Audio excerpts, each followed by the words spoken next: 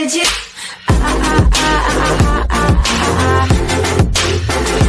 Anything you Gold, silver, the markets, and the economy get their first glimpse of reality for 2019. Reality is, of course, that gold and silver are set to take off, while the markets tank and the economy collapses. Here's why EIP. We finally get the government's economic reports this week, and there's some big uns: trade statistics, GDP statistics, inflation statistics, employment statistics. If the markets aren't prepared for a change in narrative, to, say, a lousy trade report, a crummy print of the GDP, higher inflation, or a dismal employment report, in my opinion, markets will begin to start pricing in the reversals, which means, to me, gold and silver begin their ascent as the stock market begins making its ultimate move down, wherever that may be. Furthermore, if everything is awesome in those reports, the markets may not like that either, because it would mean the return of the hawkish Fed. Ooh, scary scary. Relatively speaking, gold and silver have held steady ever since the rate hiking process began in December of 2015, so I'm pretty sure gold and silver would not only not face headwinds from higher interest rates, but I think gold and silver would rise regardless, especially as the inflation hedge begins to take shape. Remember, gold and silver are many things, and right now, a few of the things that gold and silver are behaving as just so happen to be completely liquid money, better than any physical cash, fiat currency, or crypto hedges against uncertainty. Good thing we don't have any of that / SARC hedges against inflation such as in the first scenario above. The up trade is on, etc., etc., etc. My point is that a confluence of factors are all converging that should boost demand in general for gold and silver, and those are only a few of the factors supporting the bullish price trend for gold. We may even find out this week if the physical supply of gold and silver are showing signs of tightness. Because just like with palladium, in my opinion, and very soon, we will begin to see just how tight or loose physical inventories really are. I think inventories are a lot tighter than people think. So let's start keeping a closer eye on premiums for physical in-hand, real-world pricing again.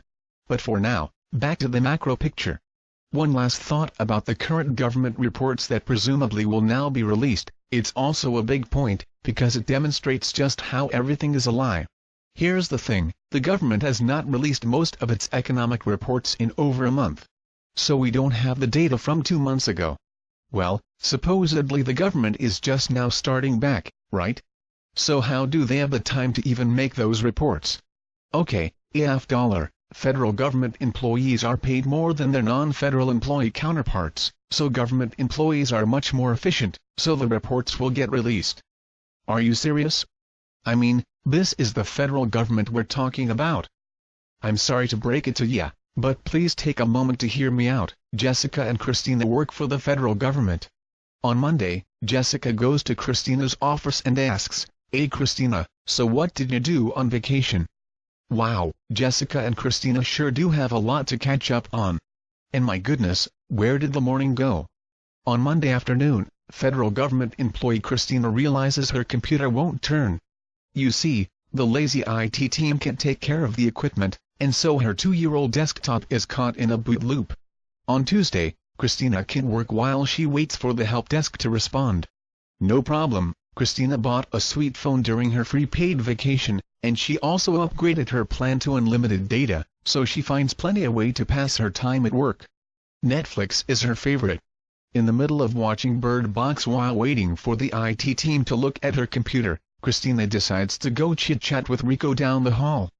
You see, Christina got a nice tattoo during her free month-long paid vacation, and she really wants to show it to Rico, and he's been checking emails all morning, but she just spotted him walking back to his office with a cup of joe in hand, so she knew that he was no longer busy for the day. Christina's new tattoo is nice. Real nice. Rico sure likes it.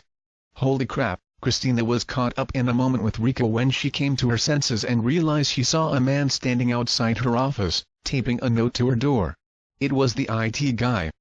Christina brushed off the front of her blouse, pulled down her skirt so it didn't look wrinkled from sitting on Rico's desk, got her footing in her oh-so-cute but still not broken heels, and then she walked over to her office. "And come back till tomorrow afternoon, I hope, Jake from ITO." Well, on Wednesday morning Christina went over to Jessica's office to check email. The coffee was good. It was a flavor they hadn't tried before. Ever since they switched to pods, the coffee has been extra delicious, and they have been rotating through many different flavors and varieties. Who knew there were so many? Jessica really likes the imported ones. Rico knocked on Jessica's door. Rico likes the hazelnut, but today he was going strong and bold. 100% Colombian. Rico invited Jessica and Christina to an extended lunch at the Texas Roadhouse. Rico's got a government credit card, you know. Not that it would have mattered. It's Rico. The like going out with Rico. As luck would have it, coming back from the nice steak lunch, Christina's office showed no signs of a new note taped to the door. Jake never made it back to Christina's office. On Thursday morning, Christina had a knock on her office door. It was some new guy from IT. His name was Mark. Mark got to see the tattoo. It's nice. Real nice. On Thursday afternoon, after spending a whole 2 minutes on her computer for the entire day so she could hit Compile Report, Christina realizes her printer is out of paper. She calls up Mark on his government cell phone, but the IT team can't get over there with any paper until tomorrow. Christina was elated.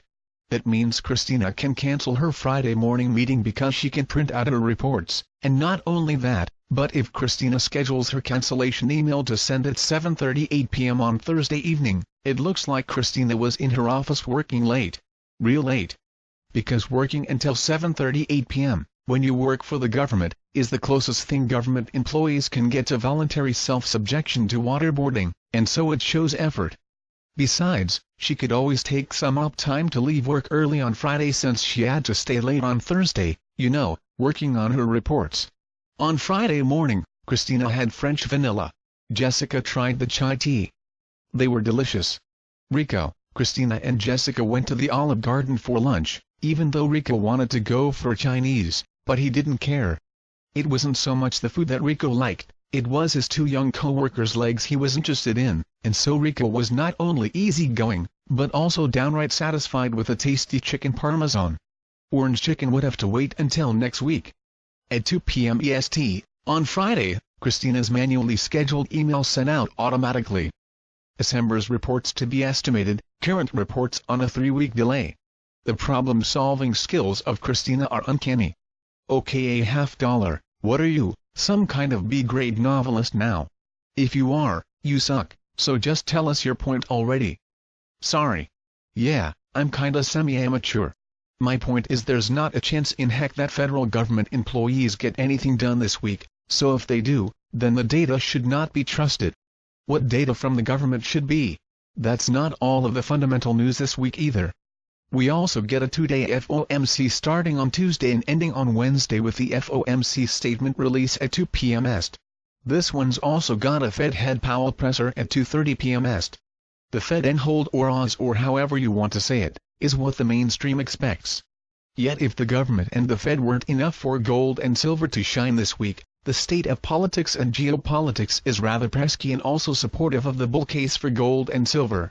Let's take a snapshot of those pesky details. Dog and pony show in Washington, D.C. Regime change in Venezuela, forget a Brexit, Middle East non-U.S. military withdrawal, etc., etc., etc. To me, gold and silver look set to shine as the world comes to terms with reality. As such, let's see if the gold-to-silver ratio can get below 80 this week. After that move on Friday, I said something to the effect that carry-through momentum is important here. If we get that carry-through momentum, we could see the ratio in the mid-70s in a hurry. Check out silver's beautifully curved 50-day moving average. We recently talked about the golden cross in gold, and silver is making progress on its own. Which makes sense. Gold leads, and silver follows with more oomph. When gold moves up, silver then moves up, farther and faster. When gold moves down, silver then moves down, farther and faster. And what do we have right now? Gold is moving up, and silver is following.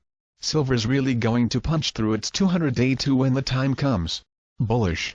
Gold has come out swinging to start the week. You just know the cartel is going to gripe and moan between $1,300 and $1,375, so we really need an authoritative breakout here. As I tried to explain above, conditions are ripe for a breakout. Hopefully I made my point.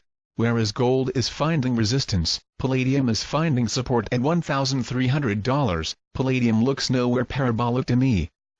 I see a strong surge in the price based on the physical palladium shortage in London, and I see consolidation taking place now at $1,300.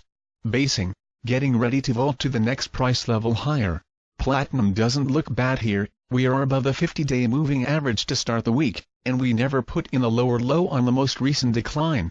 All in all, the precious metals look good here. I do think they can break out this week. Copper has been dealing with $2.70 since mid-July. I'm still thinking we start moving higher. Why?